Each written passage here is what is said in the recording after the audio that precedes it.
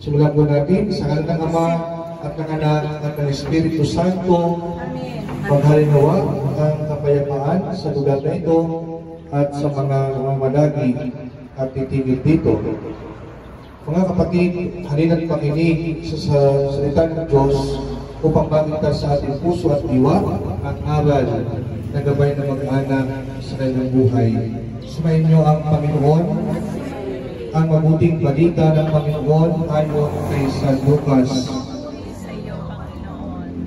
Sinabi ni Jesus sa kanyang mga alagad, pagpasok ninyo sa inyong bahay, sabihin muna ninyo, maghalinawa ang kapayapaan sa bahay nito. Kung may bilid sa kapayapaan ang nakatira roon, sasangin ang kapayapaan. Ngunit kung hindi sila magkakamit nito. Manatili kayo sa bahay na inyong inutuluyan. Kanin ninyo at inumin ang anumang idulog nila sa inyo, sapagkat ang manggagawa ay may karapatang tumanggap ng kanyang lupa.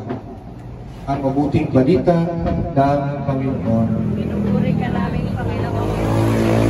Mga kapatid, halina't tumulong sa Ama na bukal ng buhay ng lahat ng mga mag-anak at sambahayan.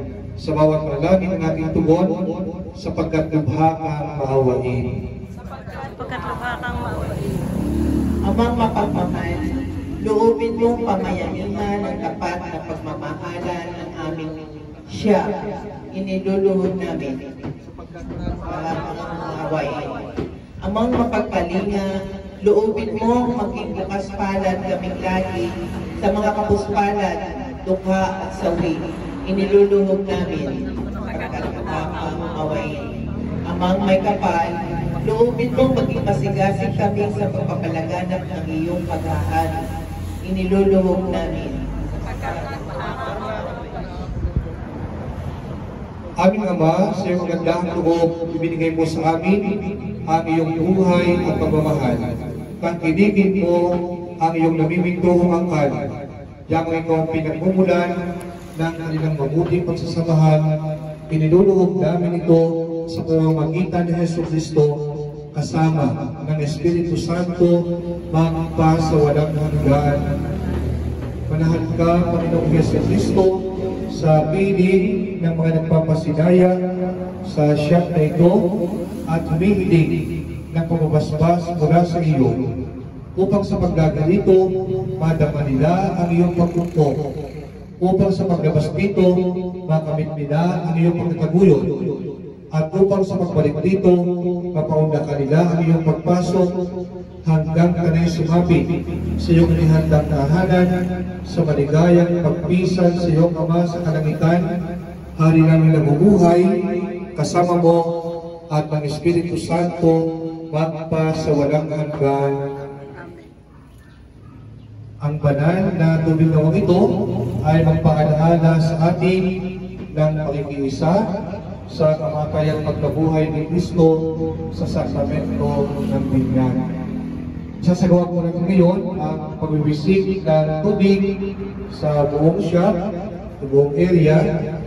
Habang ginagawa ko ito, lahat po tayo ay inaaniyahan na sama-sama at sabay-sabay na magdarasal ng Ama namin, ang Panginoong Maria at Luwalhati ng paulit-ulit hanggang matapos natin ang pamibendisyon.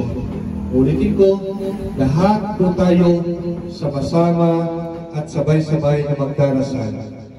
Ang hindi daw po magdarasal, ay hindi kakain. Kaya tayo po sama-sama. Pero bago po tayo pang-petisyon, bago tayo pumasok, haganapin po natin ang ating oblibon.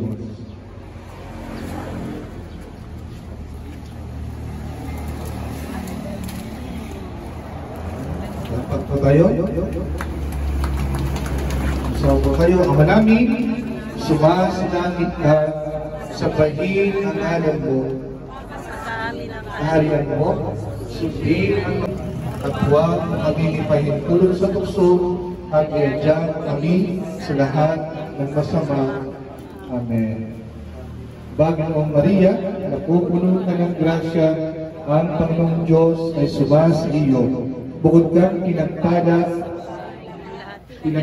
naman ng iyong anak na si Jesus. Santa Maria, Ina ng Diyos, Panalangin mo kami mga kasalanan, ngayon at kung kami mamatay, luwalhati sa Ama at sa Anak at sa Espiritu Santo, na para noong una, ngayon at magpasawalang hanggan.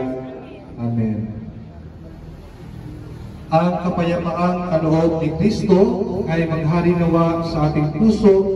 Ang salita ni Kristo ay manahang lubusan sa ating kalooban upang anuman ang ating ganapin sa salita man o sa gawa ay mangyaring lahat sa pangalan ng Panginoon ngayon at magpasawalang hanggan.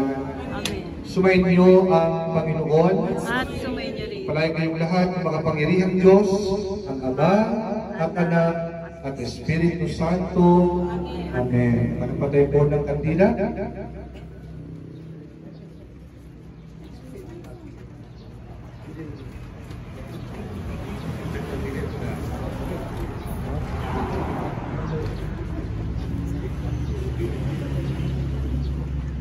Ito.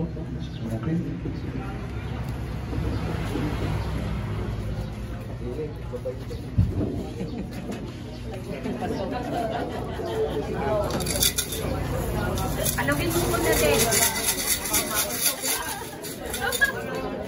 Pag na...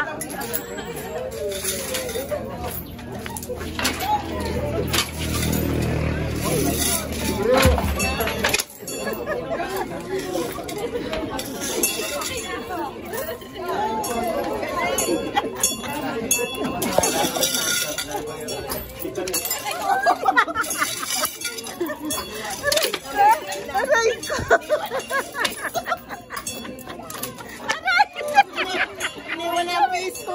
Parang iniwan ang piso. Ayawan ang piso. Iniwan ang 25. Iniwan ang 25.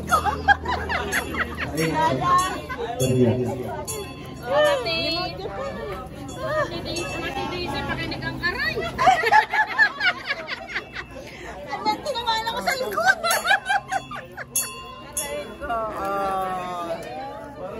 Ay, hindi ko dinampot ang 25. Wala nakuha. Hindi mo ano ang ko. Hindi magagaling sa Jesus Christ. Bakit? Ito daw kung sama-samang mapaspasan ang pagkain na ating po pagsasalusaluhan. Mapaspasan.